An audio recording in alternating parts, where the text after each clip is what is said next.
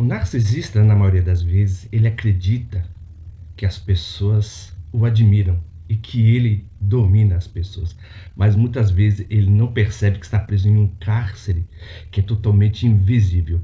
Hoje eu quero falar com vocês sobre essas prisões mentais que os destroem. Se vocês quiserem saber sobre o tema de hoje, fique conosco após a vinheta.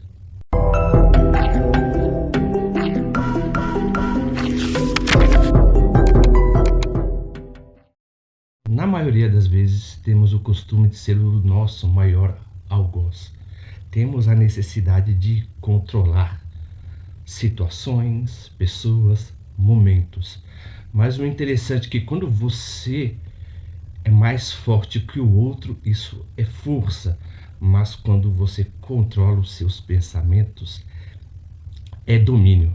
Tem uma frase de Buda que diz que a pessoa pode viver ou vencer as maiores batalhas, mas se ela perde para si mesmo, é a maior derrota. Por que eu estou dando esse pano de fundo? Porque o ser humano, na maioria das vezes, ele tem uma ilusão de controle. Nós temos, na maioria das vezes, mas confundimos esse controle como um sinal de segurança. Então, acreditamos que quanto mais controle temos, mais pacífico ficamos. Mas na maioria das vezes acontece ao contrário. Quanto mais temos uma sensação de controle, mais paranoicos nós tornamos. O porquê isso acontece? Principalmente numa pessoa que tem o transtorno de personalidade narcisista. Porque ele age mediante uma obsessão em que as coisas estejam ao seu controle. A vida ela tem diversas variáveis que nos fogem aos dedos. Então, quando as coisas não acontecem da maneira como nós queremos, nós ficamos frustrados, que é praticamente normal, ficamos frustrados e ressentidos. O narcisista e o manipulador, ele fica totalmente violento quando algo foge das suas mãos. Então você já vê que ele já está preso dentro da sua própria concepção de controle. Porque a palavra ilusão, ela significa, ela vem do latim ludus, que é momentâneo. E nós, na maioria das vezes, temos uma percepção momentânea que controlamos as coisas. O narcisista, ele quer controlar praticamente tudo. Então, é por isso que ele sempre vive ressentido, com raiva e com um espírito vingativo. E com isso veio o seguinte tópico, né, que ele faz com muita frequência, que é a prisão da repetição. O interessante é que você é aquilo que você faz na maioria das vezes. Somos presos aos nossos próprios comportamentos, principalmente se temos atos que são totalmente compulsivos e repetitivos. A pessoa que tem um transtorno, ela é totalmente compulsiva. É por isso que vem a palavra transtorno. Trans, que vai além, tornar é aquilo que dá volta. Você vira de cabeça para baixo. É algo que se repete, repete, repete, ciclicamente, tá?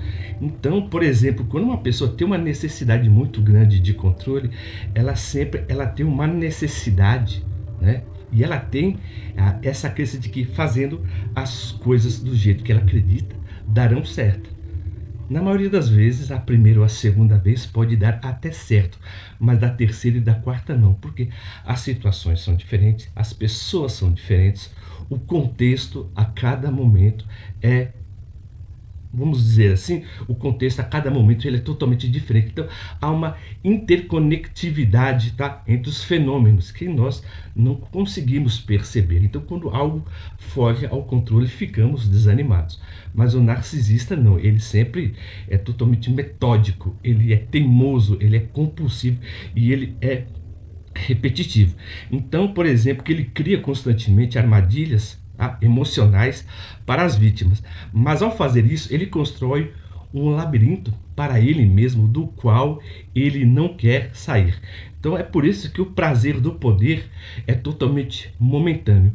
E com isso, ele vai ficando dependente da própria sensação de controle e de poder, porque o prazer é momentâneo, ele fica preso ao prazer. Então, por exemplo, ele quer manter essa sensação de permanência a todo momento, mas só que nada é permanente. A nossa necessidade de querer as coisas permanentes é que nos faz entrar num espectro totalmente existencial, ficamos totalmente em angústia e ficamos melancólicos. Se vocês estão gostando do tema de hoje, do tema que estamos abordando hoje, sobre a corrente mental que o narcisista fica preso, por gentileza, se inscrevam no nosso canal, aperta o botão das notificações e dê um joinha. Nós publicamos os nossos vídeos todas segundas, quartas e sextas-feiras, às 20 horas. E necessitamos também, né, da sua ajuda. Basta você apenas dar um joinha e dar um pequeno documentário, ou na verdade, né, você comentar, me perdoe, que nós iremos ler e responder com o maior carinho. E eu quero continuar o próximo tópico também, que é muito importante. Por que o narcisista se perde na maioria das vezes? Ele age como uma espécie de autossabotagem. Então ele tem um comportamento destrutivo, o narcisismo dele é muitas vezes tóxico, e ele tem uma autossabotagem. O que significa isso? Ele vai construindo, na verdade, vínculos, né? Vínculos com ele mesmo, mas só que ele não se aceita. Então, esse vínculo que ele cria com o seu próprio desejo desvincula ele das pessoas. Então, as pessoas, por exemplo, se afastam dele, e quanto mais se afasta, ele vai ficando mais cercado por essa sensação de desconfiança e se isola emocionalmente. Então, na maioria das vezes, ele manipula para sobreviver, mas ao mesmo tempo, ele faz isso, ele manipula, ele entra em auto-ruína, ele se destrói a si mesmo. Então, é por isso que o narcisista, ele é o maior inimigo de si mesmo. O interessante é que uma pessoa que sofre o transtorno de personalidade, né, é o caso que a neuropsicologia até explica, que o cérebro se adapta à hostilidade. Então, ele se torna incapaz de reconhecer, né, as outras pessoas. Então é por isso que ele se torna carcereiro de si mesmo. Muitas vezes ele está isolando as pessoas, mas também ele está isolando a si, porque ele vê tudo, na verdade, com ressalvas. Ele não acredita praticamente em ninguém. Então, pois tudo aquilo que ele faz é totalmente justificável. As coisas erradas, as coisas distorcidas. É por isso que ele é uma pessoa que anda praticamente sozinha, por mais que ele esteja rodeado.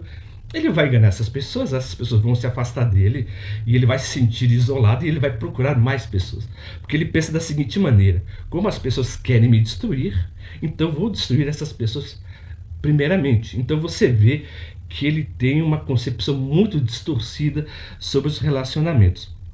Então, dentro desse sentimento que ele manipula, né, os outros, e que ele se torna preso, há uma espécie, por exemplo, de medo, de vazio e de desespero. O cárcere do narcisista não é físico, mas totalmente mental. Então ele está prisioneiro dentro do próprio ego. Então é por isso que o ciclo, na maioria das vezes, se repete. Ele destrói relacionamentos, primeiramente ele conquista, depois ele manipula, depois ele destrói, e depois reconquista novamente. Você vê que é totalmente ciclo. Ele não consegue, né, se desvencilhar desse próprio sistema que ele criou. Se vocês gostaram do tema de hoje, ficaram conosco até o final desse vídeo, e se ele foi totalmente pertinente a vocês, por gentileza, se inscrevam no nosso canal, aperta o botão das notificações, aperta as notificações, você vai receber um joinha, você dá um joinha na verdade, né?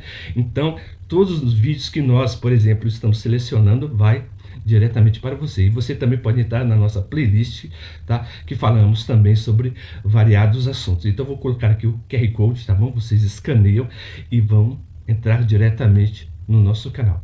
E como sempre, eu agradeço o carinho e a atenção de todos, e eu não vou perder esse costume, tá? Por mais que seja mecânico eu dizer isso, eu não vou perder esse costume de agradecer vocês, porque é por causa de vocês que esse canal está crescendo. Temos poucas pessoas, mas o interessante é que essas poucas pessoas são as mais que nos dão motivo para continuar esse trabalho. Eu agradeço sempre mesmo, tá? De coração, e até o próximo vídeo.